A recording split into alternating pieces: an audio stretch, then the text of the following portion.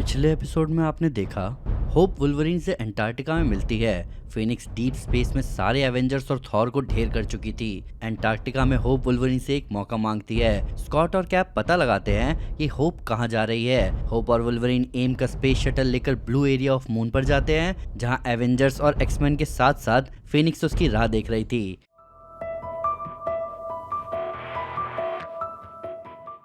Colonel Thomas फेरबी hope के journal में entry हो रही होती है, जहां उसकी आंखें चमक रही होती है। दूसरी तरफ एवेंजर्स एक साथ आगे बढ़ते हैं एक्समैन की तरफ। कर्नल थॉमस फेरबी नाम था उस आदमी का जो कि प्लेन में था, जिसने इंसानों पर गिरने वाले पहले एटॉमिक बॉम्ब को गिराया था। 1.5 लाख लोग या शायद उससे भी ज्यादा मारे गए उस जलती धधकती चिंगारी में, या उसके बाद आई शांति में। एक्समैन एवेंजर्स की तरफ बढ़ रहे थे अटैक करने के लिए, पर किसी ने ये कभी नहीं कहा कि कर्नल थॉमस फेरबी ने 1.5 लाख लोगों को मारा। लोगों ने बॉम्ब पर इल्जाम लगाया, बॉम्ब गिराने वाले पर नहीं, जबकि बिना गिराने वाले के बॉम्ब गिरता कहां। होप अपने आंखों की आग को कंट्रोल करने की कोशिश करते हुए सोच रही थी, तो क्या मैं बॉम्ब हूं या बॉम्ब गिराने वाली। तभी एवेंजर्स और एक्समैन आपस में फिर से लड़ना शुरू करते हैं। होप अपनी आंखें बंद करे हुए थी, वुल्वरीन उसके पीछे आ रहा था। और अगर आप किसी भी मरे हुए से पूछोगे तो इससे उन्हें क्या फर्क पड़ेगा। मेरा नाम है होप समर्स और ये सब मेरी गलती है। तभी होप खुद पर कंट्रोल नहीं कर पाती। वो बोल रही होती है, प्लीज रुक जाओ, और अगले ही पल वो चिल्लाती है, मैंने कहा रुक जाओ। और होप की आंखों से निकल रही आग आसपास फैल जाती है, जो कि लगती है उसके पास लड़ रहे एक्समैन और एवेंजर्स को। सब दूर जाके गिरते हैं, सब जल रहे हैं। होप की आंखों की आग हल्की तो हुई पर रुक नहीं रही थी। होप लोगन को आवाज लगाते हुए बोलती है कि लोगन मैं गलत थी। मुझे लगा मैं ये कर सकती हूँ, पर मैं ये नहीं कर सकती, मुझसे नहीं होगा। ये बहुत ज्यादा है लोगन, ये बहुत ज्यादा है। जलता हुआ लोगन खुद को जोड़ रहा था। होप उससे आगे कहती है कि तुम्हें मुझे मारना होगा, तुम मेरे लिए कर सकते हो लोगन, तुमने वादा किया था। लोगन होप की तरफ बढ़ता हुआ उसे आवाज लगाता है, और अगले ही पल वो अपने क्लॉज निकालते हुए बोलता है कि मैं कोशिश कर सकता हूँ। तभी एक बीम लोगन के जलते हुए शरीर पर जा लगती है, और साइक्लॉप्स अपने ऑप्टिक ब्लास्ट को बंद करता हुआ चिल्लाता है, नहीं। वही मून बेस पर हैंक पिम और टोनी स्टार्क कुछ असेंबल कर रहे थे।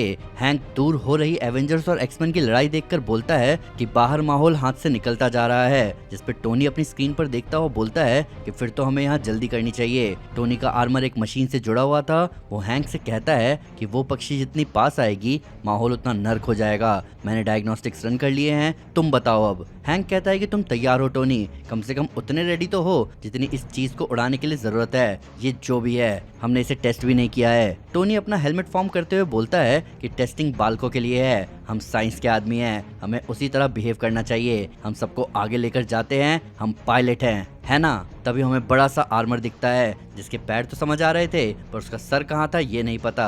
टोनी की बात सुनकर हैंक कहता है कि ऐसा जापानीज क्रैश बॉम्बर्स भी कहते थे स्टार्क। होप के जर्नल की एंट्री कंटिन्यू होती है। एक समय पर ये लोग मुझे एक बॉल की तरह ट्रीट करना बंद कर देते हैं, जिसे हर कोई अपने पाले से दूर ले जा रहा है। वुल्वरीन स्कॉट की तरफ बढ़ता है पूरे गुस्से में, ये बोलते हुए कि मैं तुम्हें मार दूंगा समर्स। स्कॉट अपनी बीम छोड़ता हुआ बोलता है कि तुम कोशिश कर सकते हो। अब लोग खेल छोड़कर बस एक दूसरे को मारना शुरू कर चुके हैं। तभी रेड हल्क कॉलोसस के जगरनॉट फॉर्म को पकड़ लेता है। कॉलोसस अपनी लैंग्वेज में कुछ बोलना शुरू करता है। हॉकाई एमा की डायमंड स्किन पर अपने एरो से वार करती है। कई सालों का दुख, डर और पीड़ा। एमा हॉकाई से कहती है कि जाने मन में डायमंड से बनी हुई हूँ, तुम्हें लगता है कि ये आग मेरा कुछ। तभी हॉकाई उसे बीच में टोकता हुआ बोलता है कि अपना मुंह बंद करो। बहुत सारी मौतें ब्लैक विडो मैजिक के सोल सोर्ड को ऊपर की तरफ करती है, ये बोलते हुए कि ध्यान से अपनी तलवार चलाओ। यहाँ एक प्लान था, पर अब बस अफरा तफरी है। मैं नाकामयाब रही। वहाँ जहाँ उम्मीद थी वहाँ अब सिर्फ नफरत है। नेमर द थिंग के मुंह को पकड़े हुए अपने वार क्राई बोल रहा होता है।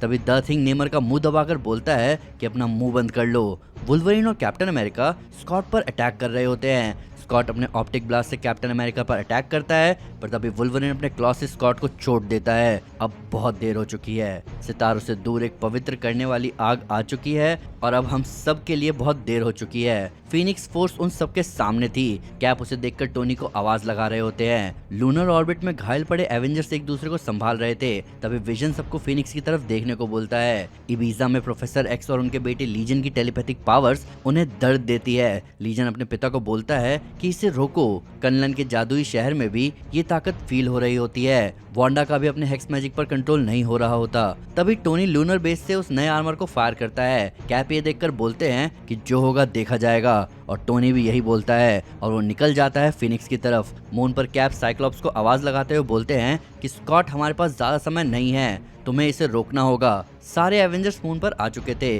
स्कॉट होप के पास खड़ा था। कैप फिर स्कॉट को समझाते हैं कि लड़की से दूर हटो स्कॉट, हमें उसे यहाँ से दूर ले जाना होगा, यही समय है एक लीडर बनने का, इस पागलपन में मत पड़ो। घायल स्कॉट बोलता है कि पागलपन, मैं अपनी प्रजाति बचाना चाह रहा हूँ और आप चाह रहे हैं हमें खत्म करना। आप में से किसी को वो समझ नहीं आ रहा जो मुझे समझ आ रहा है। तुम में से कोई इस लड़की को वैसे नहीं जानता जैसे मैं जानता हूँ। ये सब होना ही था। होप और फिनिक्स का एक होना तय है और तुम इसे नहीं रोक सकते। टोनी अपनी पूरी पावर के साथ फिनिक्स की तरफ बढ़ रहा होता है। तभी फिनिक्स के आगे आके वो रुकता है और बोलता है कि अबे यार, ये काम करना चाहिए। और तभी टोनी उस डिसरप्टर को फायर करता है, ये बोलते हुए कि फिनिक्स मेरी रेंज में है। डिसरप्टर अपनी पूरी ताकत से फिनिक्स की तरफ पॉइंट करता है और अगले ही पल फिनिक्स के टूटने का नजारा दिखता है। आसपास रोशनी और आग फैल रही थी। तब होप का जर्नल कंटिन्यू होता है कि मैंने अपना पूरा जीवन इस अकेले पल के इंतजार में बिता दिया, इससे दूर भागते हुए, इसकी तरफ भागते हुए, इससे डरते हुए, इसका इंतजार करते हुए,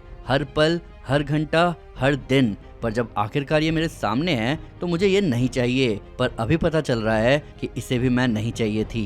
रोशनी हटते ही सिर्फ चोट और दर्द था। कैप बुरी हालत में एवेंजर्स को आवाज लगाते हैं कि एवेंजर्स, सिचुएशन की रिपोर्ट दो, क्या हम जिंदा हैं, कौन जिंदा है। तभी कैप वुल्वरीन को उठते हुए देखते हैं और उसे आवाज लगाते हुए बोलते हैं कि वुल्वरीन, क्या तुम। तभी वुल्वरीन कहता है कि वो लड़की कैप, मुझे वो लड़की दिख नहीं रही। तभी टोनी कैप को कॉमलिंक में आवाज लगाता है। हम टोनी को स्पेस में देखते हैं जहाँ टोनी कह रहा होता है कि मैं टोनी बोल रहा हूँ, क्या मैंने फिनिक्स को मार दिया, क्योंकि मुझे तो कमाल लग रहा है। और तभी कैप पीछे मुड़ते हैं और टोनी को कहते हैं कि जरा रुको।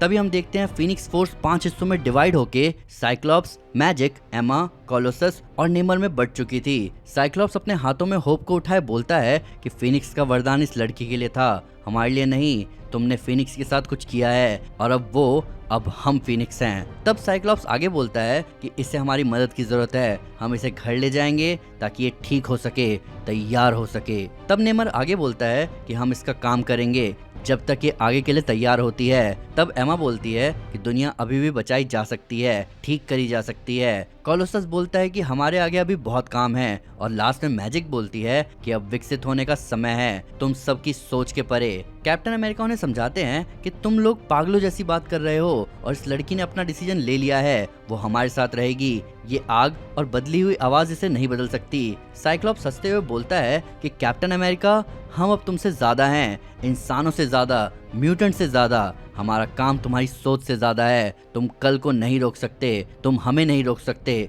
तो कोशिश करने की सोचना भी नहीं। और तभी साइक्लॉप्स अपनी नई पावर से सारे एवेंजर्स को दूर कर देता है। होप अपने जर्नल एंट्री को कंटिन्यू करती हुई कहती है कि मुझे हंसी आती है ये सोचकर कि मुझे लग रहा था कि मैं बॉम्ब हूँ या बॉम्ब गिराने वाली, जबकि इस पूरे टाइम मैं बाकी सबकी ही तरह थी। साइक्लॉप्स अपने साथी एक्समैन के साथ होप को लेकर निकलता है मून से और जा रहा होता है अर्थ की तरफ। मेरा नाम है होप समर्स और मैं तुम्हारी तरह ही हूँ, फिनिक्स के वार की एक और विक्टिम।